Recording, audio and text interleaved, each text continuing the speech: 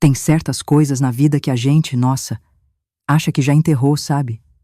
Até que elas voltam para assombrar a gente de um jeito que nem o pior pesadelo poderia prever.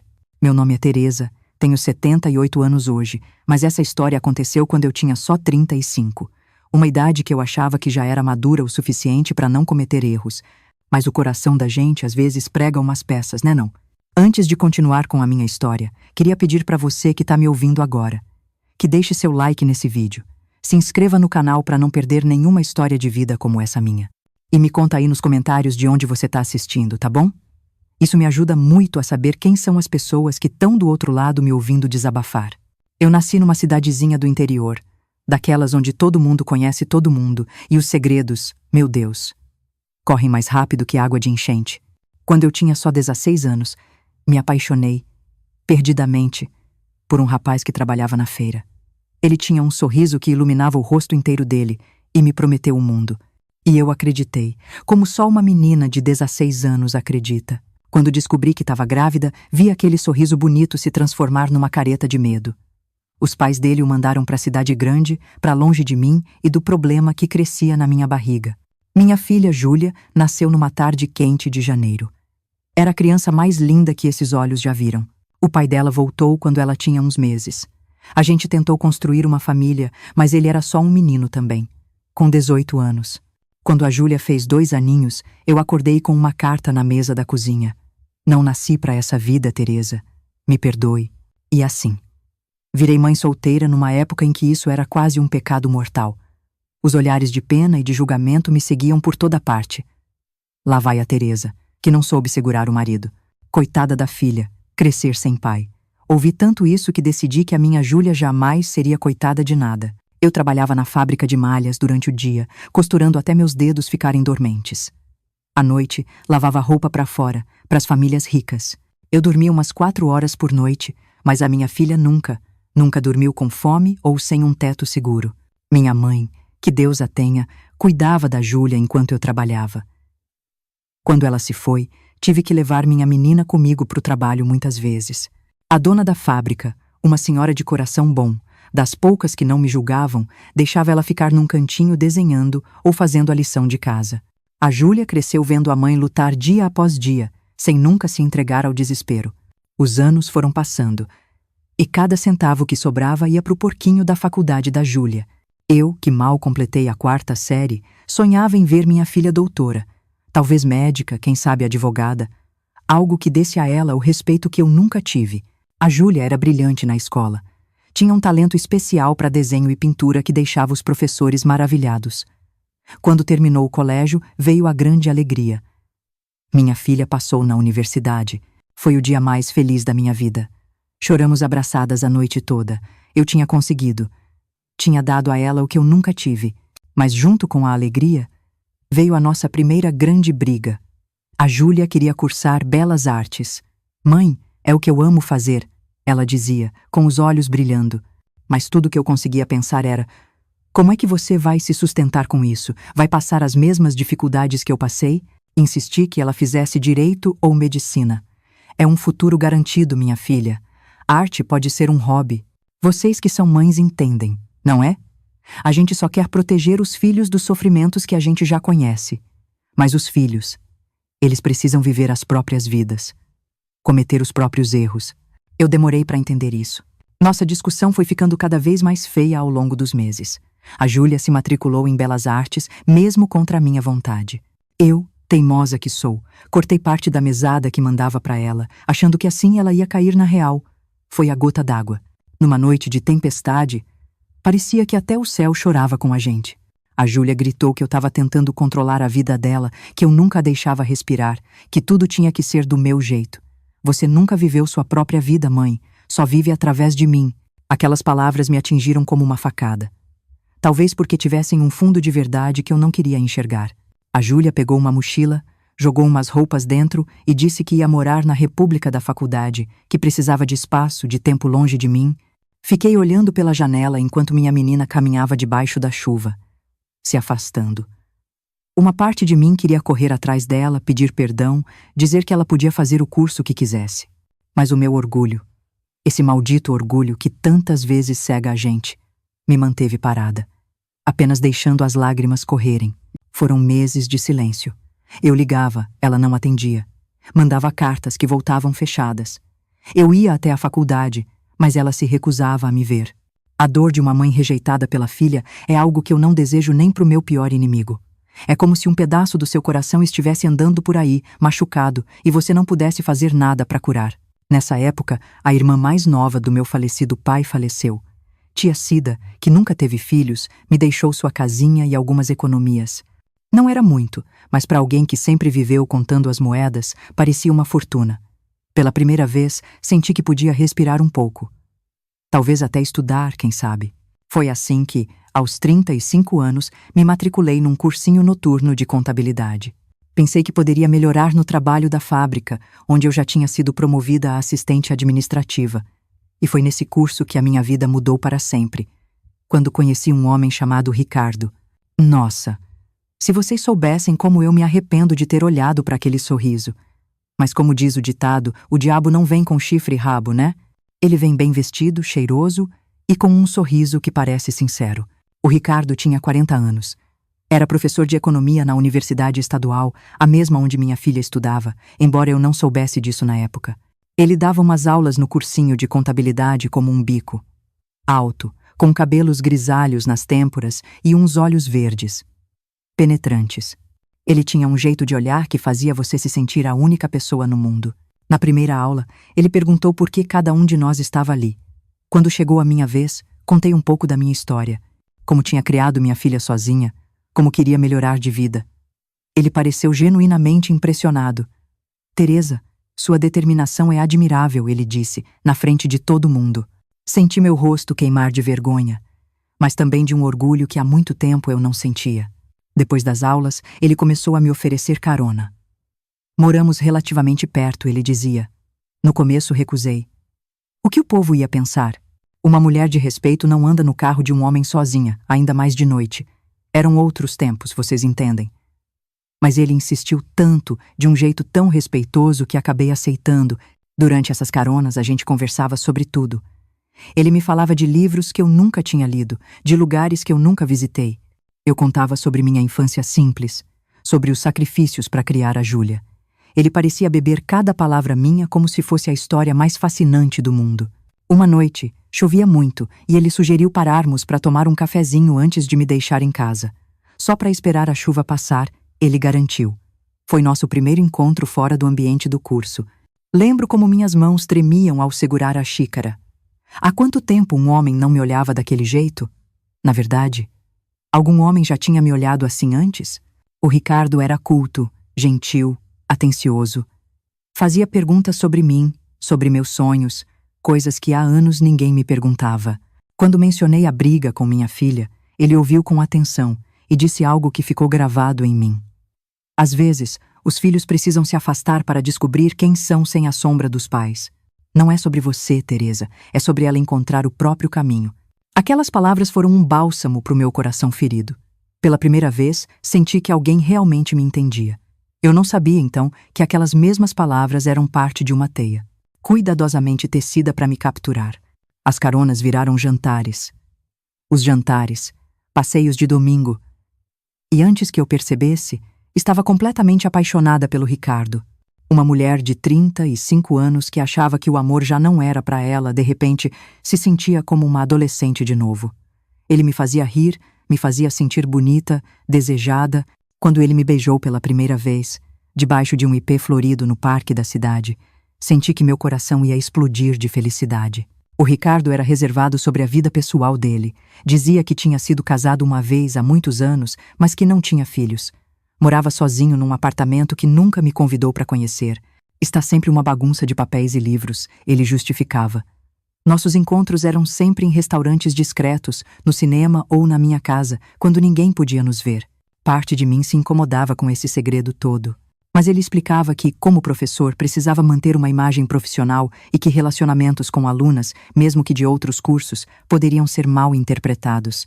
E eu aceitava, porque eu queria acreditar. Porque depois de tantos anos de solidão, aquele carinho parecia um milagre que eu não queria questionar. Foram 3 meses de pura felicidade. 3 meses em que, pela primeira vez na vida, Eu permiti que alguém cuidasse de mim, em vez de ser sempre eu a cuidar dos outros. 3 meses em que finalmente me senti uma mulher completa, não apenas uma mãe ou uma trabalhadora. Eu não fazia a menor ideia de que, enquanto eu vivia esse sonho, um pesadelo estava sendo construído em paralelo. Não imaginava que o homem que me fazia sentir tão especial estava, ao mesmo tempo, tecendo a mesma teia para capturar a minha única filha. E o pior, ele sabia exatamente quem nós éramos. Enquanto nós, mãe e filha, estávamos completamente no escuro. Como eu podia imaginar que o destino seria tão cruel a ponto de colocar o mesmo homem no caminho das 2 mulheres que mais se amavam e que, por uma briga boba, estavam temporariamente afastadas? Como eu poderia saber que meu romance de conto de fadas se transformaria no pior pesadelo que uma mãe pode viver? Naquela tarde de quarta-feira, recebi uma ligação que fez meu coração disparar. Após quase 4 meses sem falar com minha filha, era a voz da Júlia do outro lado da linha. Mãe? Podemos conversar? Ela parecia diferente. A voz mais suave, quase tímida. Engoli o nó na garganta e respondi que sim. Claro que sim, sempre. Marcamos de nos encontrar num restaurante no centro da cidade no domingo seguinte. Um lugar neutro, como ela fez questão de dizer. Durante os dias que se seguiram, mal consegui dormir. Ensaiei 1000 vezes o que diria. Como pediria perdão por ter sido tão dura, como diria que ela estava certa. A vida era dela para viver, não minha para controlar. Até pensei em contar sobre o Ricardo, esse homem maravilhoso que tinha entrado na minha vida. Talvez ela ficasse feliz em saber que a mãe dela estava finalmente vivendo um pouco para si mesma. O domingo chegou ensolarado, como se o próprio céu celebrasse nossa reconciliação. Escolhi meu vestido azul claro, o que o Ricardo dizia que combinava com meus olhos. Prendi o cabelo num coque simples. Passei um batom discreto. Queria estar bonita para minha filha, mostrar que estava bem, que não tinha definhado na ausência dela, como talvez ela imaginasse. Cheguei meia hora antes ao restaurante, daqueles com toalhinhas xadrez e uma vela na mesa, o mais chique que meu salário permitia. O garçom me levou a uma mesa nos fundos, mais reservada. Sentei-me de frente para a porta, para poder ver a Júlia assim que ela entrasse. Minhas mãos não paravam de tremer enquanto eu ajeitava e reajeitava os talheres, o guardanapo, minha bolsa. Faltando 5 minutos para o horário marcado, a vi atravessar a porta. Minha Júlia. Mais magra do que eu me lembrava, os cabelos mais curtos emoldurando o rosto que, mesmo de longe, eu podia ver que estava mais maduro. Ela me procurou com os olhos, e quando me viu, hesitou por um segundo antes de sorrir timidamente. Levantei-me, sem saber se devia abraçá-la ou esperar que ela tomasse a iniciativa. Ela resolveu minha dúvida vindo até mim e me envolvendo num abraço apertado. Senti sua falta, mãe, sussurrou no meu ouvido, e eu deixei as lágrimas virem, aquelas que tinha prometido a mim mesma que seguraria. Nos sentamos e ficamos alguns instantes apenas nos olhando, como se nos reconhecendo uma à outra após uma longa viagem. Foi a Júlia quem quebrou o silêncio. Mãe, antes de tudo, quero pedir desculpas pelo jeito como saí de casa. Eu estava com raiva, me senti sufocada, mas não devia ter dito aquelas coisas. Balancei a cabeça, sentindo uma onda de alívio me invadir. Não, filha, eu que peço perdão. Você estava certa. Eu tentava viver através de você, realizar meus sonhos usando a sua vida. Não é justo. Nunca foi. Ela sorriu. Aquele sorriso que iluminava seus olhos tão parecidos com os meus. Estou indo bem no curso, sabe? Meus professores dizem que tenho talento. Estou até vendendo umas telas pequenas para ajudar nas despesas. Senti uma pontada de orgulho tão intensa que quase doeu. Eu sabia que você conseguiria, minha filha. Sempre soube. Conversamos sobre os últimos meses, sobre como ela estava se adaptando à vida na República, sobre os novos amigos que havia feito, sobre como o curso a desafiava.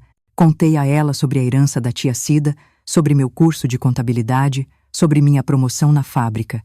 Era como se tentássemos preencher o vazio daqueles meses com palavras, muitas palavras, numa corrente que nenhuma de nós queria interromper, com medo do silêncio. Foi quando o garçom veio anotar nossos pedidos que a Júlia disse, como quem não quer nada: Mãe, na verdade, eu marquei esse almoço porque tenho uma novidade muito importante para te contar.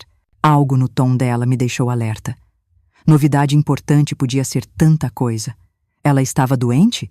Ia abandonar o curso? Ia se mudar para mais longe? Tentei manter a expressão neutra enquanto esperava que ela continuasse. Mãe. Ela hesitou, olhando para as próprias mãos que brincavam nervosamente com o guardanapo. Eu conheci alguém. Alguém muito especial. Senti meu corpo relaxar. Era só isso? Um namorado. Sorri, genuinamente aliviada. Que bom, minha filha. Me conta sobre ele. Ela ergueu os olhos, agora brilhando de uma forma que eu reconheci imediatamente. Era o brilho do primeiro amor, aquele que a gente acredita que vai durar para sempre. Ele é professor na faculdade, mãe. De economia. Tem 40 anos. Meu sorriso congelou um pouco. 40? É bem mais velho que você, não? Ela deu de ombros, como se a diferença de idade fosse um detalhe sem importância. A idade é só um número, mãe. Ele é tão maduro, tão inteligente. Me trata como uma igual. Respeita minhas opiniões. Me incentiva na arte. Foi ele, inclusive, que me convenceu a te ligar, a tentar uma reconciliação. Algo começou a se agitar dentro de mim. Uma sensação estranha, que não consegui identificar de imediato. Que bom que ele te deu esse conselho. Parece ser alguém sensato. Ele é maravilhoso, mãe. Conhece tanta coisa, já viajou tanto, tem tantas histórias interessantes. E mesmo assim, diz que nunca conheceu ninguém como eu. Cada palavra dela era como um eco dos meus próprios pensamentos sobre o Ricardo. A inquietação dentro de mim cresceu. E como vocês se conheceram? Numa exposição de arte na faculdade. Eu estava apresentando meu trabalho e ele parou mais tempo na frente da minha tela. Depois veio falar comigo, fazer perguntas sobre minha técnica, minha inspiração. Acabamos conversando por horas. Exatamente como o Ricardo tinha se aproximado de mim, mostrando interesse genuíno nas minhas histórias simples, fazendo-me sentir especial. A coincidência era perturbadora. E qual é o nome dele? Perguntei, tentando manter a voz firme enquanto um medo irracional começava a se formar. Nesse momento, a Júlia olhou para a porta do restaurante e seu rosto se iluminou. Ah, ele chegou. Pedi que viesse nos encontrar aqui. Queria tanto que vocês se conhecessem. Virei-me lentamente, como num pesadelo em câmera lenta, sabendo, antes mesmo de ver quem estaria parado ali.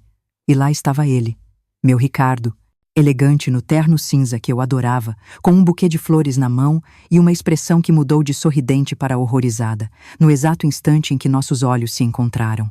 O mundo pareceu girar ao meu redor. Ouvi a Júlia dizer algo como: "Venha, amor, quero te apresentar minha mãe." Mas era como se sua voz viesse de muito longe, abafada pelo rugido do sangue nos meus ouvidos. Ricardo se aproximou como um homem caminhando para a forca. Vi em seus olhos o pânico, o cálculo rápido das opções que teria. Observei, como se de fora do meu próprio corpo, ele estendera a mão para mim com um sorriso forçado. "É um prazer conhecê-la, senhora Teresa." A Júlia falou tanto da senhora. Sua voz era a mesma que sussurrava no meu ouvido palavras de amor apenas 2 dias antes. Sua mão, a mesma que acariciava meu rosto nas tardes de domingo, e agora ele fingia que nunca tinha me visto antes. Enquanto minha filha, minha única filha, olhava para ele com adoração. Não sei como consegui controlar o impulso de gritar, de jogar a água na cara dele, de expor ali mesmo a farsa que ele construiu. Talvez tenha sido o choque. Talvez o instinto de proteger a Júlia de uma verdade que eu mesma mal conseguia processar. De alguma forma, apertei sua mão e murmurei algo ininteligível. Júlia não notou nada de estranho, tão envolvida estava em sua felicidade. "Mãe, esse é o Ricardo." "Ricardo, essa é minha mãe Teresa." Ele se sentou ao lado dela, de frente para mim, forçando um sorriso enquanto me lançava olhares suplicantes. Colocou o buquê sobre a mesa. Rosas vermelhas, as mesmas que me trazia, e passou o braço pelos ombros de minha filha, num gesto possessivo. O que se seguiu foi a refeição mais surreal da minha vida. Júlia, animada, contando como eles se conheceram, completamente alheia ao clima de tensão que pairava entre nós dois. Ricardo respondendo com monossílabos, evitando meu olhar o quanto podia. E eu tentando respirar, tentando não desmoronar ali mesmo, tentando entender como minha vida tinha virado de cabeça para baixo em questão de minutos. Em determinado momento, Júlia foi ao banheiro, nos deixando sozinhos. Assim que ela saiu do alcance da voz, eu me inclinei sobre a mesa e sussurrei com toda a raiva contida. "Você sabia, não é?" "Sabia o tempo todo." Ele baixou os olhos, incapaz de me encarar. "Teresa, eu posso explicar." "Explicar o quê?" "Como você seduziu mãe e filha ao mesmo tempo. Como você fingiu amor para nós duas." "Não foi assim." Ele tentou argumentar, ainda em voz baixa. "Eu conheci a Júlia primeiro, na exposição. Ela mencionou o nome da mãe algumas vezes, Mas eu nunca fiz a conexão. Quando te conheci no curso e você disse seu nome, falou da sua filha única na faculdade de artes. Só então eu percebi. E mesmo assim você continuou com as duas? Que tipo de monstro faz isso? Ele engoliu em seco, olhando nervosamente para a direção do banheiro. Eu me apaixonei por você, Teresa. De verdade. Mas eu já estava envolvido com a Júlia e não sabia como sair dessa situação sem magoar ninguém. Ri um riso amargo que doeu na garganta. Então decidiu continuar até quando? Até se casar com a minha filha enquanto mantinha um caso comigo? Qual era o plano, Ricardo? Ele não respondeu. E seu silêncio foi mais revelador que qualquer palavra. Vi em seus olhos algo que não tinha notado antes. O cálculo frio. A manipulação. Naquele instante, a ficha caiu.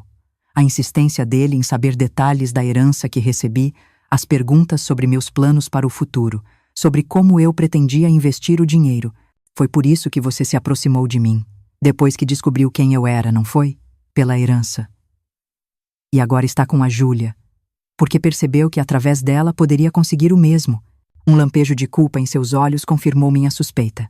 Senti nojo, não apenas dele, mas de mim mesma, por ter sido tão ingênua. Quando a Júlia voltar, ele disse, numa súplica disfarçada, podemos fingir que não nos conhecemos? Por favor, Teresa, isso vai destruí-la. Antes que eu pudesse responder, Júlia voltou, radiante como só alguém profundamente apaixonado consegue ser. Sentou-se e, para meu horror absoluto, esticou a mão esquerda sobre a mesa, exibindo um pequeno anel de noivado. Mamãe, na verdade, não viemos só para te contar sobre o nosso namoro. O Ricardo me pediu em casamento ontem à noite. Não é maravilhoso? O mundo pareceu desacelerar. Vi o sorriso triunfante, mal disfarçado de Ricardo, o brilho nos olhos da minha filha, a pequena pedra no anel que, certamente, custara uma fração do que ele gastava comigo em jantares. E eu entendi, com uma clareza que cortou como uma faca, que ele nunca teve a intenção de escolher entre nós duas. Seu plano era mais elaborado, mais cruel. Ao pedir Júlia em casamento, ele se assegurava de que, mesmo que eu descobrisse tudo e o confrontasse, eu hesitaria em destruir a felicidade da minha filha. Ele estava usando o meu amor de mãe contra mim mesma, apostando que eu sacrificaria a minha verdade para poupar-la da dor. Não vão dizer nada. Júlia olhou de mim para Ricardo, sua expressão começando a mostrar confusão diante do nosso silêncio.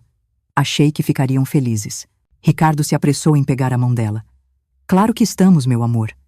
Sua mãe deve estar apenas surpresa com a rapidez dos acontecimentos, não é, Teresa?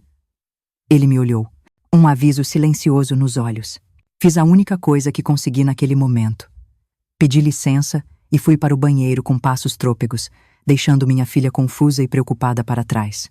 No banheiro, me tranquei numa cabine e deixei as lágrimas virem, silenciosas, mas abundantes. Como eu tinha chegado a esse ponto? Como permitir que minha filha se casasse com um homem que eu sabia ser um mentiroso, um manipulador, um interesseiro? Como expor a verdade sem quebrar o coração dela? E como viver comigo mesma se eu escolhesse o silêncio? Olhei-me no espelho. Vendo o batom borrado, os olhos vermelhos, a expressão de uma mulher que havia sido enganada da pior maneira possível. Lembrei de todas as vezes que Ricardo tinha me dito que eu era especial, única, insubstituível. As mesmas palavras que certamente ele dizia para Júlia. Foi quando eu percebi que o amor verdadeiro não era o que eu sentia por Ricardo, era o que eu sentia pela minha filha.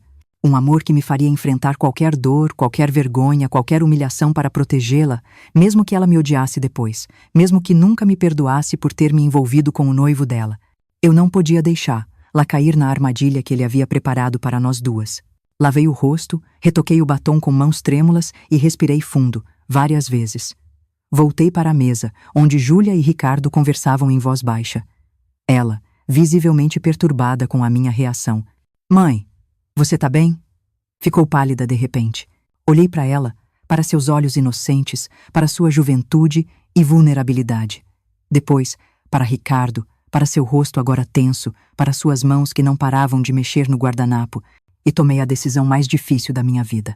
Naquele momento, sentada à mesa do restaurante, olhando para o rosto esperançoso da minha filha e para a expressão tensa de Ricardo, senti como se estivesse à beira de um abismo. Qualquer passo daria início a uma queda da qual nenhum de nós sairia ileso. Mas já não havia como voltar atrás. Júlia, comecei. minha voz mais firme do que eu esperava. Antes de a gente celebrar esse noivado, preciso conversar com você.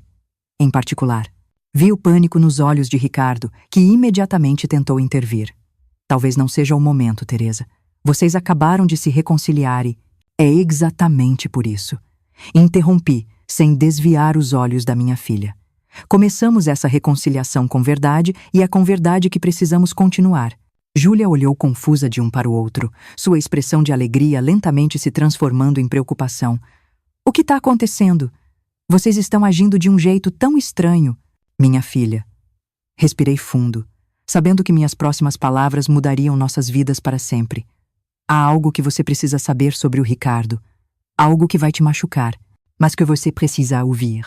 Teresa, a voz de Ricardo tinha uma nota de desespero. Pense bem no que vai fazer. Júlia franziu a testa, agora claramente alarmada. Mãe, você conhece o Ricardo de algum lugar? Do que vocês estão falando? Era a deixa que eu precisava. Sim, filha. Eu conheço o Ricardo. Conheço muito bem. O silêncio que se seguiu parecia pesar toneladas. Ricardo baixou os olhos, incapaz de sustentar o olhar questionador de Júlia, que se voltou para mim em busca de respostas. Como assim, mãe? De onde vocês se conhecem?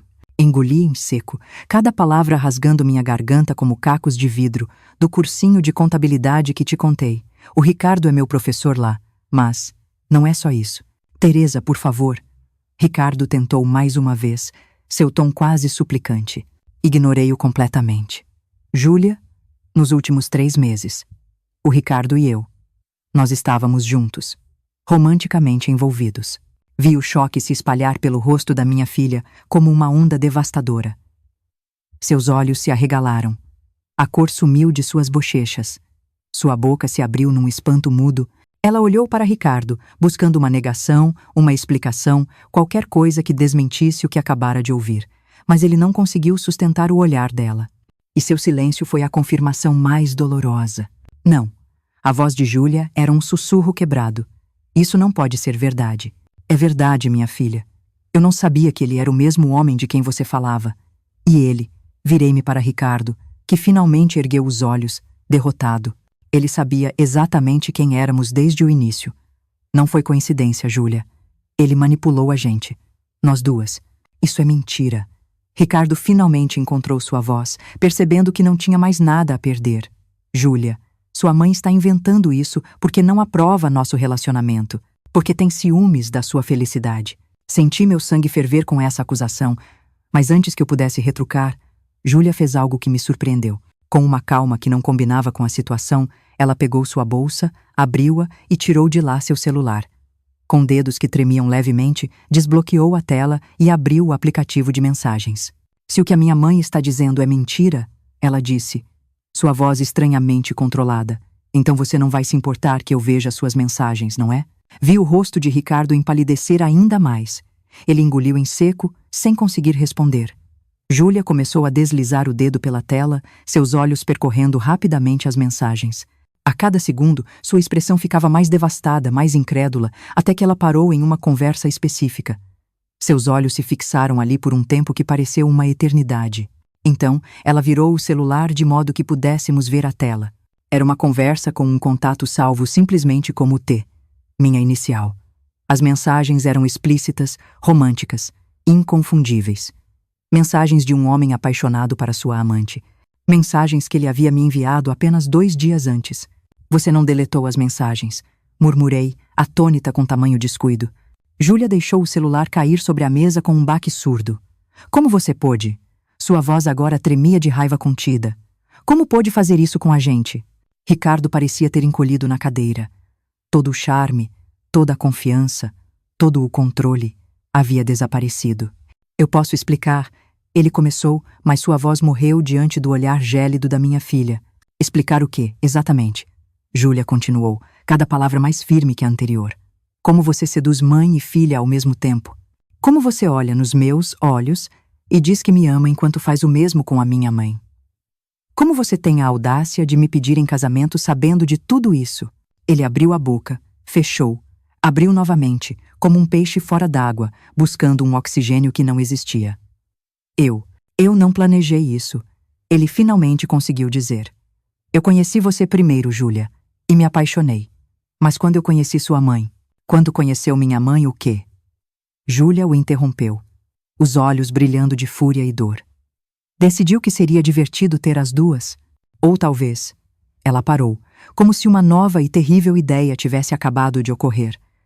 Talvez tenha sido pela herança que minha mãe recebeu. Foi isso, não foi? Você descobriu sobre o dinheiro e viu uma oportunidade.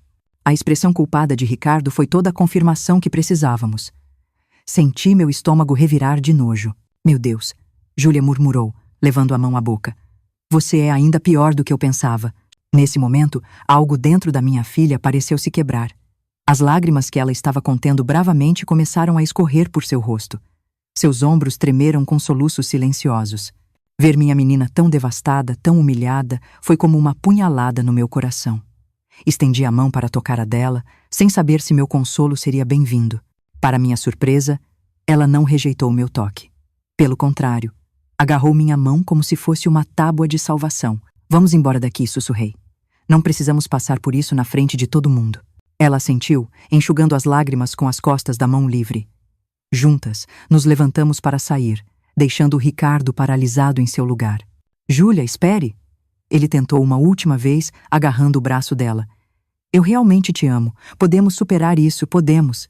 O tapa ressoou no restaurante agora silencioso, onde todos os olhares estavam voltados para o nosso drama. A marca vermelha dos dedos de Júlia ficou impressa no rosto de Ricardo, junto com um arranhão, onde seu anel, o anel de noivado que ele dera a ela, cortou sua pele. Ela arrancou o anel do dedo e o jogou no copo de vinho dele. Nunca mais se aproxime de mim ou da minha mãe. Foi tudo o que disse antes de se virar e caminhar com dignidade até a saída. Segui minha filha, sentindo os olhares curiosos nos acompanharem. Antes de sair, olhei uma última vez para Ricardo, ainda sentado, a mão no rosto marcado, a expressão de um homem que acabara de perder tudo. Não senti pena nem raiva. Apenas um profundo cansaço e a certeza de que, por mais doloroso que fosse, tínhamos escapado a tempo de um destino muito pior. Do lado de fora, Júlia desabou. Ali, na calçada do restaurante, ela se dobrou sobre si mesma, como se tivesse levado um soco no estômago, soluçando abertamente agora. Abracei-a com força, absorvendo seus tremores, suas lágrimas molhando meu ombro. Como a gente pôde ser tão cega, mãe? Ela perguntou entre soluços. Como não percebemos? Ele era muito bom no que fazia, filha. Respondi, acariciando seus cabelos como fazia quando ela era pequena e acordava de um pesadelo. Pessoas assim são especialistas em manipulação. Não se culpe, mas... E você? Ela hesitou, se afastando um pouco para me olhar nos olhos. Você também se envolveu com ele. Você também está sofrendo. Foi a minha vez de deixar as lágrimas caírem livremente. Sim, filha, eu estou sofrendo. Não tanto pelo que perdi, mas por ter contribuído para a sua dor. Nunca vou me perdoar por isso. Não, mãe. Ela segurou meu rosto entre suas mãos jovens, firmes. Você não tem culpa. Você não sabia. E no momento em que descobriu, você não hesitou em me contar a verdade. Mesmo sabendo que poderia me perder por isso. Abracei-a novamente, ambas chorando agora, ali na calçada, sob o sol da tarde, indiferentes aos olhares dos passantes. Naquele abraço havia perdão, havia compreensão, havia o início da cura de uma ferida que, embora profunda, não havia conseguido romper o laço mais forte que existia entre nós, o amor de mãe e filha. Caminhamos até um parque próximo, ainda de mãos dadas, e nos sentamos em um banco sob a sombra de uma árvore frondosa. Por um longo tempo ficamos em silêncio, cada uma absorvendo o impacto do que havia acontecido, reorganizando pensamentos, processando emoções. Como você descobriu?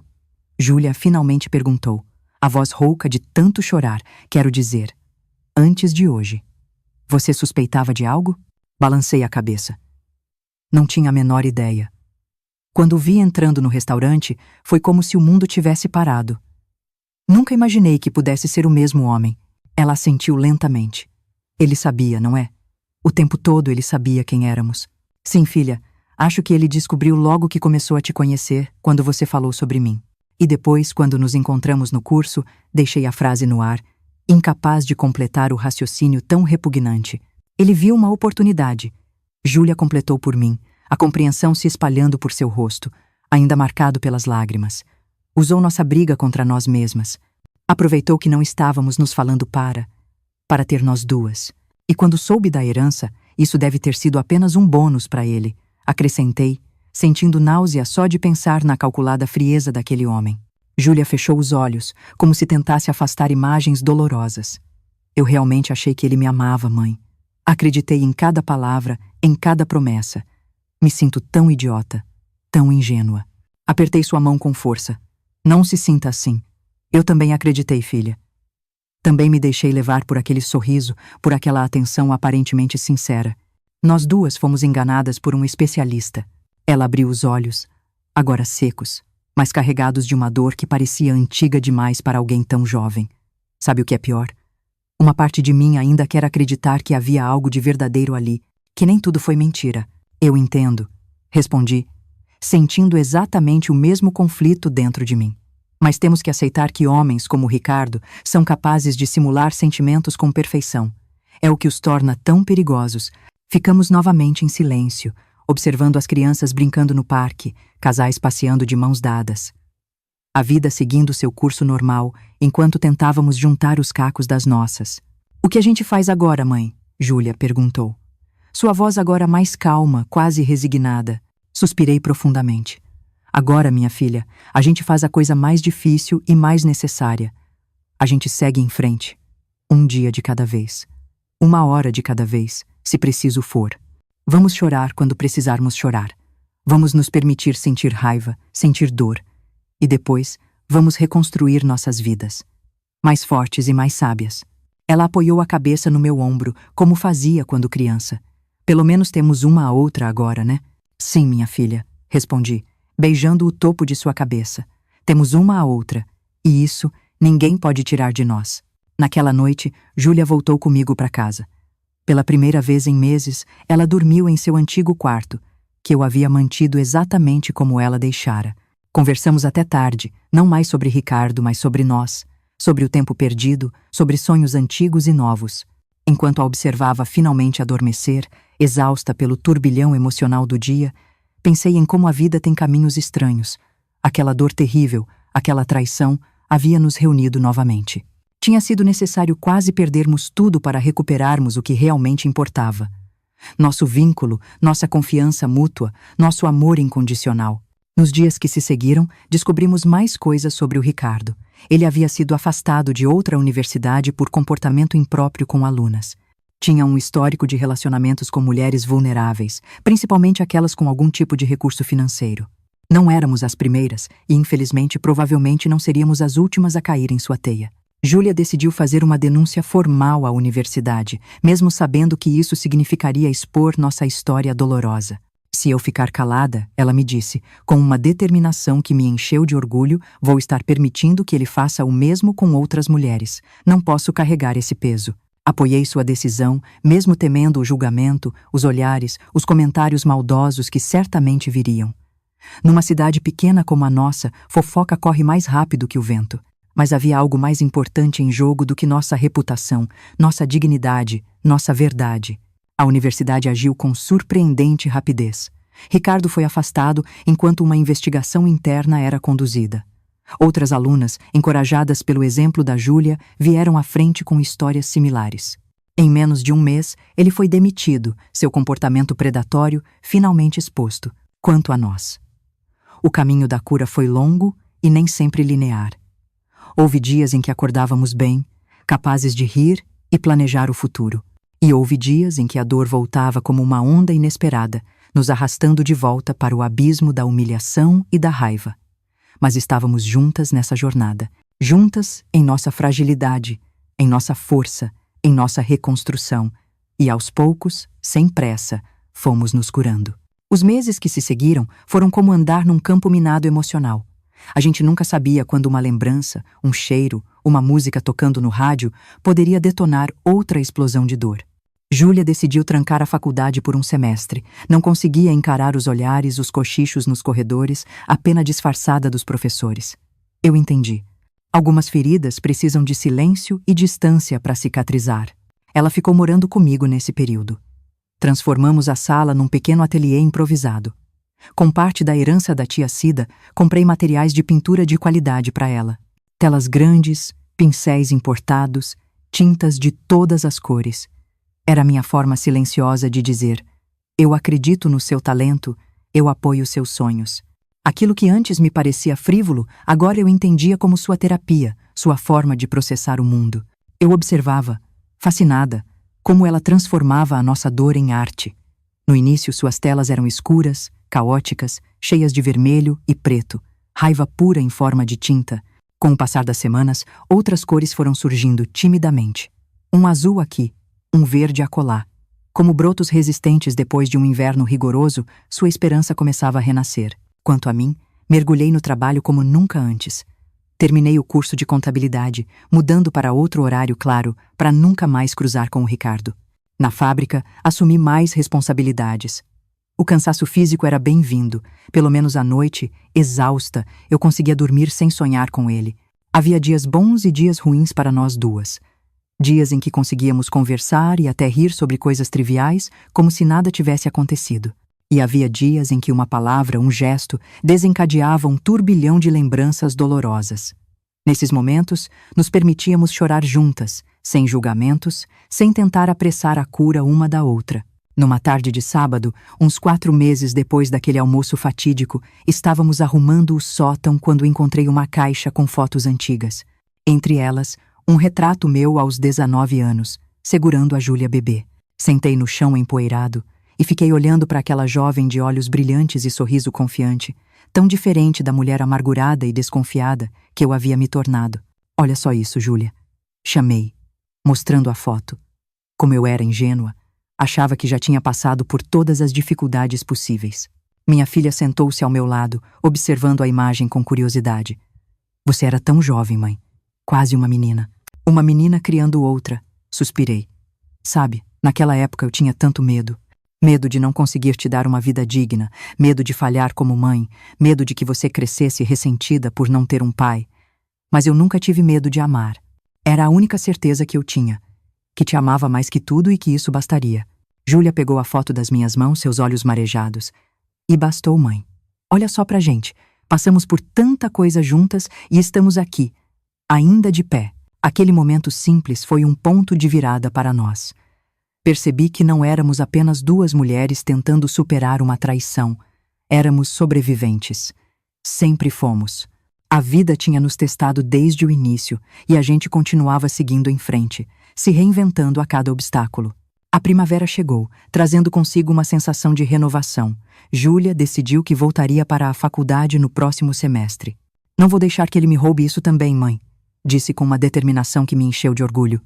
Minha arte é minha, não dele. Numa manhã de abril, recebi uma ligação inesperada. Era Dona Elô, a proprietária da galeria de arte da cidade. Júlia tinha mostrado alguns de seus quadros recentes a ela, sem me contar. Teresa, disse Dona Elô com sua voz rouca de fumante. Sua filha tem um talento extraordinário. Aquela série que ela pintou sobre feridas e cicatrizes é visceral, é autêntica. Quero organizar uma exposição para ela em junho. O que você acha? Fiquei sem palavras por um momento. Elô, Isso seria maravilhoso. Mas a Júlia sabe disso? Foi ideia dela, ela respondeu, e eu pude ouvir o sorriso em sua voz. Disse que queria te fazer uma surpresa. Ops, acho que estraguei tudo, não é? Ri, sentindo uma onda de orgulho tão intensa que quase doeu. Não se preocupe, vou fingir surpresa quando ela me contar. E fingi, é claro, quando a Júlia chegou em casa naquela tarde, radiante, com a notícia da exposição. Abracei-a com força, escondendo minhas lágrimas de alegria em seus cabelos. Minha menina estava encontrando seu caminho de volta à luz, usando a própria dor como matéria-prima para sua arte. Os 2 meses seguintes foram de preparação intensa. Júlia pintava dia e noite, possuída por uma energia criativa que eu nunca tinha visto antes. Eu ajudava como podia, esticando telas, limpando pincéis, preparando refeições que muitas vezes esfriavam, intocadas, enquanto ela trabalhava em transe. A série que ela estava criando chamava-se Fragmentos. Eram 15 telas, que quando dispostas em determinada ordem, formavam uma narrativa visual sobre se quebrar e se reconstruir. A primeira tela mostrava um coração inteiro, luminoso. A última, um coração remendado com fios dourados, seguindo aquela antiga arte japonesa.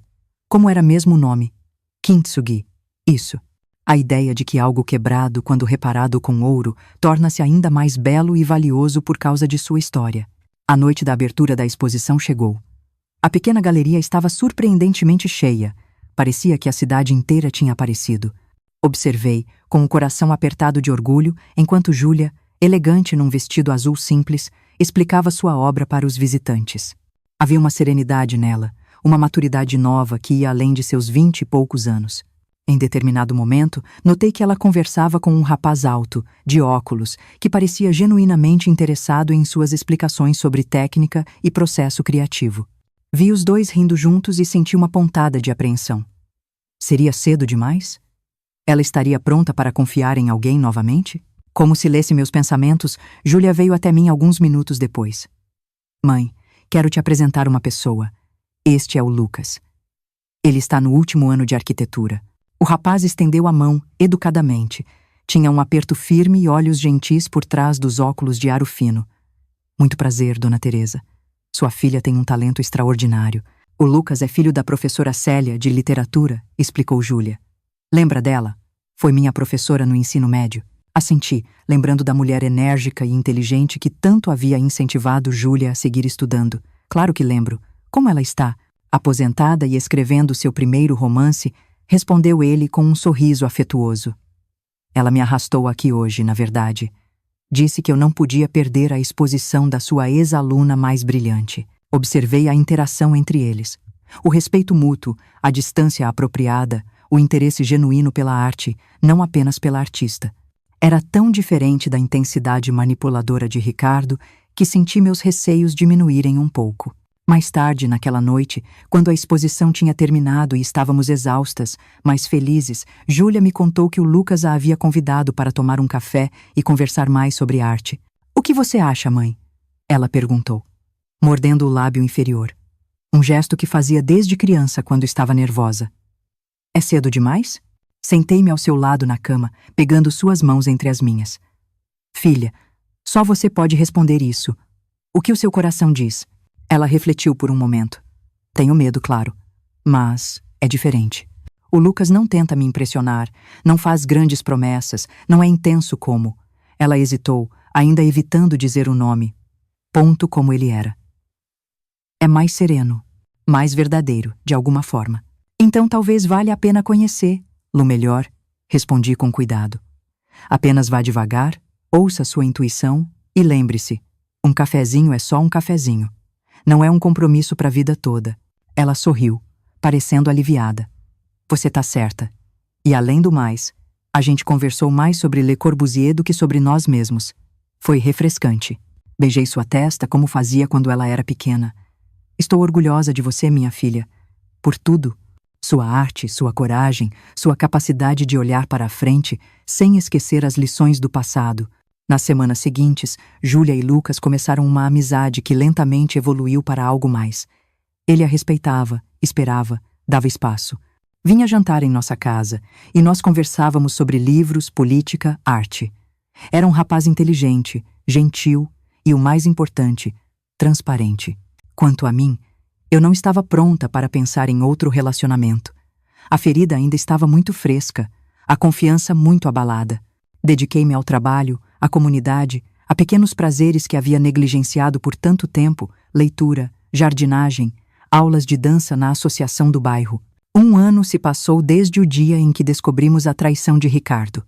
A dor não havia desaparecido completamente. Duvido que algum dia desapareceria, mas já não dominava nossas vidas. Era mais como uma cicatriz antiga, que às vezes dói quando o tempo vai mudar. Um lembrete constante de uma lição duramente aprendida.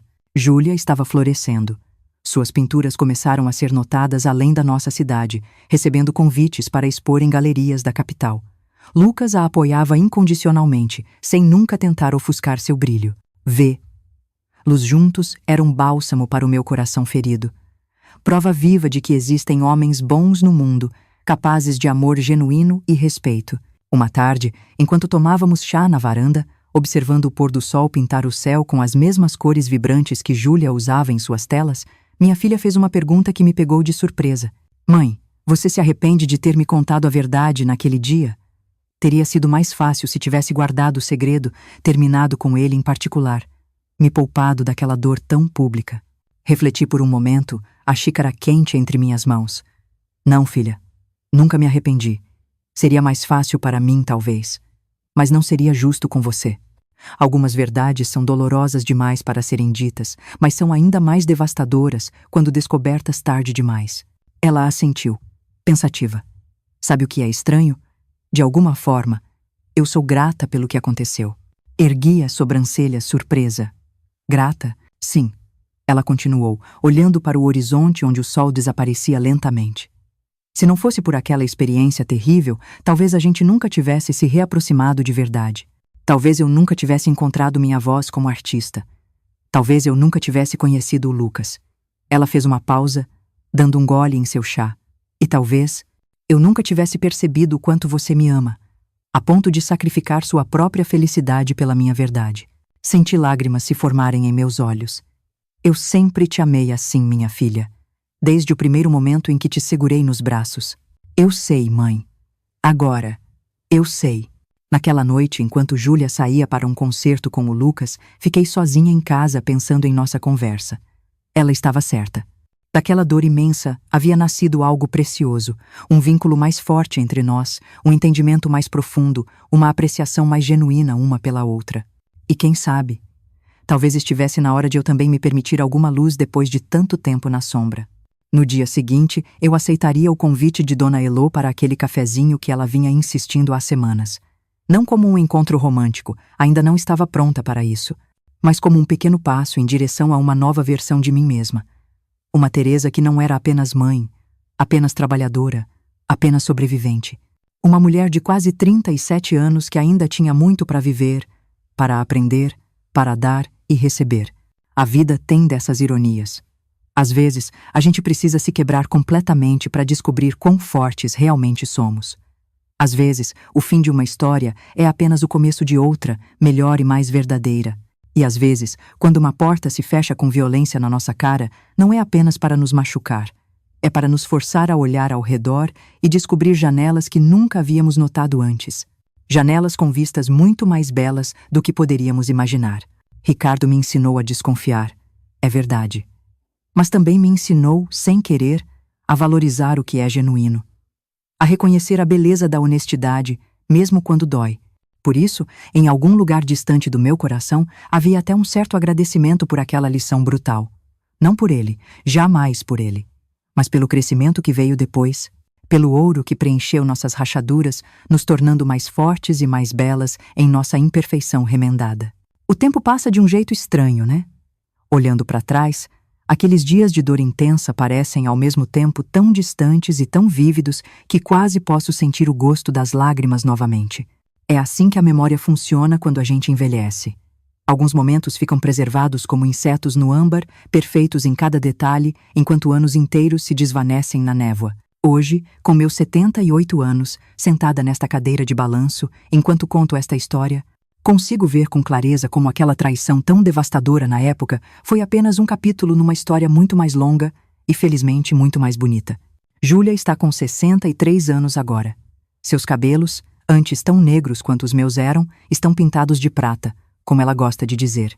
Tornou-se uma artista reconhecida, com obras expostas em museus importantes. Aquela primeira série, Fragmentos, acabou sendo o alicerce de sua carreira. Críticos ainda a mencionam como um trabalho seminal sobre trauma e cura através da arte. Ela e o Lucas completaram 42 anos de casamento no mês passado.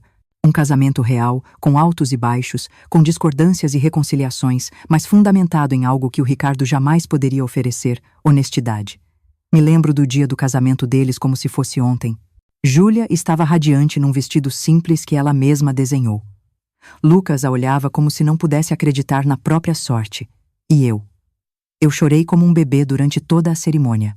Um choro bom, de gratidão, por ver minha filha feliz. Verdadeiramente feliz. Eles me deram 3 netos maravilhosos. Luísa, a mais velha, seguiu os passos da mãe e se tornou artista plástica também. André escolheu a medicina e hoje é neurocirurgião. E a Clara, a caçula, é professora universitária de literatura, como a avó paterna.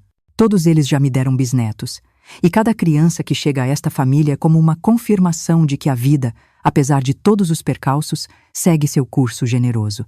Quanto a mim, minha vida também tomou rumos inesperados depois daquele café com a Elo. Não nos tornamos um casal romântico, como muitos imaginaram.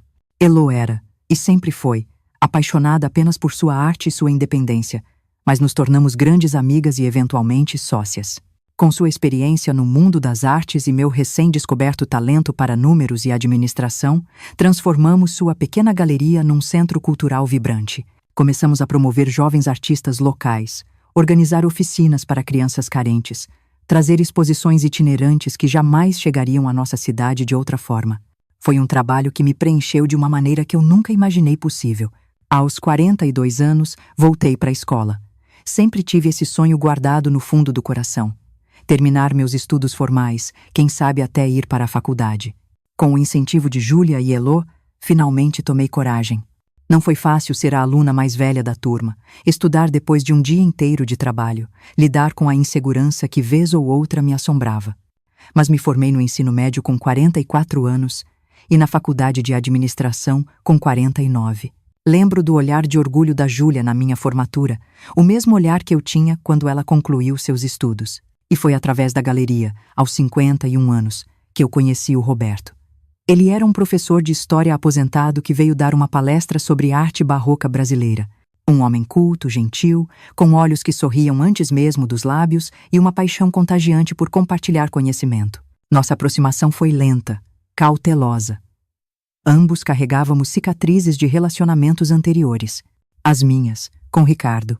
As dele, com um casamento de 30 anos que terminou quando sua esposa partiu com seu melhor amigo. Talvez por isso mesmo, sabíamos valorizar a honestidade e o respeito, o espaço um do outro. Começamos como amigos, conversando sobre livros, exposições, filmes antigos que ambos adorávamos. Ele me convidou para uma peça de teatro e eu, nervosa como uma adolescente, aceitei. Depois vieram jantares, caminhadas no parque, longas conversas na varanda de casa enquanto o sol se punha. Roberto nunca tentou apressar as coisas, nunca me pressionou, nunca fez promessas grandiosas. Em vez disso, mostrava seu carinho em pequenos gestos diários. Um livro que lembrava de mim, uma flor colhida no caminho, a paciência de me ouvir falar sobre meu dia. Aos poucos, como uma planta que cresce devagar, mas com raízes profundas, nosso amor foi se estabelecendo. Quando ele me pediu em casamento, eu já tinha 53 anos. Ri e perguntei se não estávamos velhos demais para isso. Nunca é tarde para ser feliz, Teresa.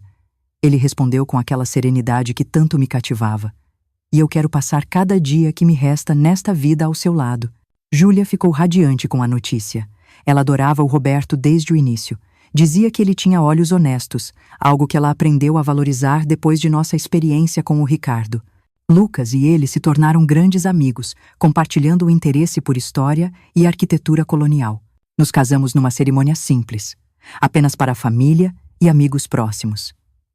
Eu usava um conjunto azul claro, o mesmo tom daquele vestido que usei quando reencontrei a Júlia no restaurante, tantos anos antes. Uma escolha deliberada, uma forma de honrar aquele momento doloroso que ironicamente abriu caminho para tanta felicidade futura. Fomos felizes por 22 anos.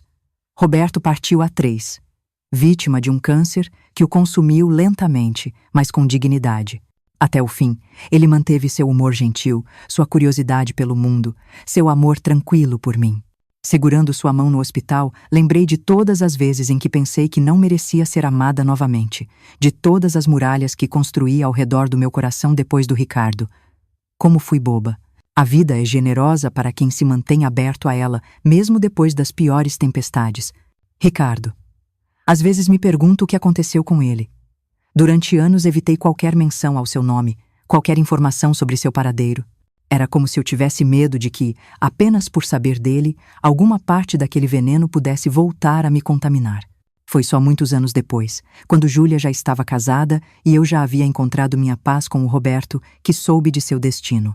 Ele havia se mudado para outra cidade após o escândalo, continuando seu padrão de seduzir e manipular mulheres vulneráveis, até que encontrou alguém mais astuto que ele. Um marido que descobriu a traição e o confrontou fisicamente. Ricardo sobreviveu, mas ficou com sequelas permanentes. Terminou seus dias sozinho, amargo, dependente de cuidadores pagos. Quando soube disso, não senti satisfação nem vingança. Apenas uma profunda tristeza por uma vida tão desperdiçada. Quanta beleza ele poderia ter criado no mundo se tivesse usado seu charme e inteligência para o bem, em vez de para a manipulação. Quantos amores verdadeiros poderia ter experimentado se tivesse sido capaz de enxergar além de seus próprios interesses mesquinhos? Essa é a diferença entre justiça e vingança, acredito. A justiça traz uma espécie de paz melancólica. A vingança apenas perpetua o ciclo de dor. Prefiro 1000 vezes a paz que encontrei, mesmo que tenha vindo depois de tanto sofrimento. Olhando para trás, vejo claramente como aquele momento terrível no restaurante foi um divisor de águas na minha vida. Se eu não tivesse descoberto a traição naquele dia, se não tivesse encontrado a coragem de expor a verdade, mesmo sabendo que poderia perder minha filha por isso, onde estaríamos agora? Provavelmente presas a um homem que nos sugaria emocionalmente até não restar nada, que eventualmente gastaria toda a pequena herança que recebi, que nos separaria uma da outra para melhor nos controlar. Em vez disso, aquela dor compartilhada nos uniu de uma forma que talvez nada mais pudesse. Júlia e eu descobrimos uma nova forma de nos relacionar, não mais como mãe controladora e filha rebelde, mas como duas mulheres que se respeitam, se admiram e se apoiam mutuamente. Lembro-me de um dia, talvez um ano depois do incidente, quando Júlia veio me visitar no trabalho e me encontrou fazendo as contas da galeria. Ela ficou me observando por um tempo, depois disse algo que nunca esqueci. Mãe, você parece tão diferente agora. Mais leve, mais viva. É como se finalmente tivesse permissão para existir fora do papel de mãe. E ela estava certa. Durante tanto tempo, eu defini minha existência apenas em relação a ela. Eu era a mãe da Júlia. Ponto. Todo sacrifício, toda renúncia, toda decisão era baseada nesse único papel. Foi preciso aquela crise para que eu redescobrisse quem era a Teresa, além de mãe. O que ela gostava, o que a movia. Quais sonhos ainda habitavam seu coração? Não me entendam mal. Ser mãe da Júlia foi e sempre será o maior privilégio da minha vida. Mas uma mulher não se resume a um único papel, por mais sagrado que ele seja. Somos seres multifacetados, capazes de crescimento constante, de reinvenção, de surpresas, até para nós mesmas. Quando penso em tudo que vivi depois dos 35 anos, a carreira bem-sucedida na galeria, a volta aos estudos, o amor sereno com o Roberto, as viagens que fizemos juntos, os livros que li, as amizades que cultivei, os netos e bisnetos que vi crescer. Fico maravilhada com a abundância que a vida oferece para quem se mantém de coração aberto, mesmo após as piores desilusões. Se eu pudesse voltar no tempo e falar com aquela Teresa devastada no banheiro do restaurante, tremendo de raiva e humilhação, o que eu diria? Talvez algo assim. Coragem, minha querida. Este é o pior dia da sua vida, mas também é o primeiro dia de uma jornada maravilhosa que você ainda não consegue imaginar. A dor que você sente agora vai se transformar em sabedoria. As lágrimas vão irrigar um jardim de possibilidades que ainda nem brotou. E um dia, décadas depois, você vai olhar para trás e entender que algumas quedas são, na verdade, voos disfarçados. Hoje, quando olho para minhas mãos enrugadas, para as manchas da idade que pontilham minha pele, não vejo apenas os sinais da velhice. Vejo mapas de uma vida ricamente vivida. Cicatrizes transformadas em ouro pelo tempo e pela resiliência. Cada ruga conta uma história de risos, de lágrimas, de aprendizados, de amor. O verdadeiro milagre não é nunca cair. É levantar-se depois de cada queda, sacudir a poeira e seguir em frente. Um pouco mais sábio, um pouco mais forte, um pouco mais compassivo. É perceber que nossas feridas, quando curadas com amor e verdade, não nos diminuem. Elas nos tornam mais humanos, mais autênticos, mais capazes de conexão genuína. Essa é a lição que carrego comigo neste entardecer da vida. Uma lição que custou caro, é verdade, mas que valeu cada lágrima derramada, cada noite de insônia, cada momento de dúvida. Uma lição que espero passar para minhas netas, bisnetas e para todos que ouvirem esta história. O coração partido pode ser remendado. E como na arte do kintsugi que inspirou as pinturas da Júlia, as linhas douradas que unem os fragmentos não escondem a quebra, elas a celebram como parte essencial da beleza do todo. Então, se você está passando por sua própria tempestade agora, se sente que seu coração está em pedaços, lembre-se da minha história. Lembre-se que um dia, talvez não amanhã, talvez não no próximo ano, mas o dia, você também olhará para trás e verá como aquela dor abriu o caminho para uma versão mais verdadeira e plena de si mesmo. A vida tem dessas ironias maravilhosas. Às vezes, é preciso perder tudo para encontrar o que realmente importa. Às vezes, é preciso que alguém nos quebre o coração para descobrirmos sua verdadeira capacidade de amar. E às vezes, como aconteceu comigo e com a Júlia, é preciso um vilão em nossas vidas para percebermos que somos nós mesmas as heroínas que sempre esperamos que alguém fosse para nós. É isso que deixo com vocês hoje. Não uma história de vítimas, mas de guerreiras.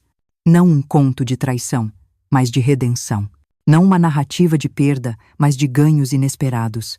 Porque no fim das contas, não é o que acontece com a gente que define quem somos, mas como escolhemos responder a isso. E sempre, sempre temos a escolha de transformar nossas feridas mais profundas em nossa força mais genuína.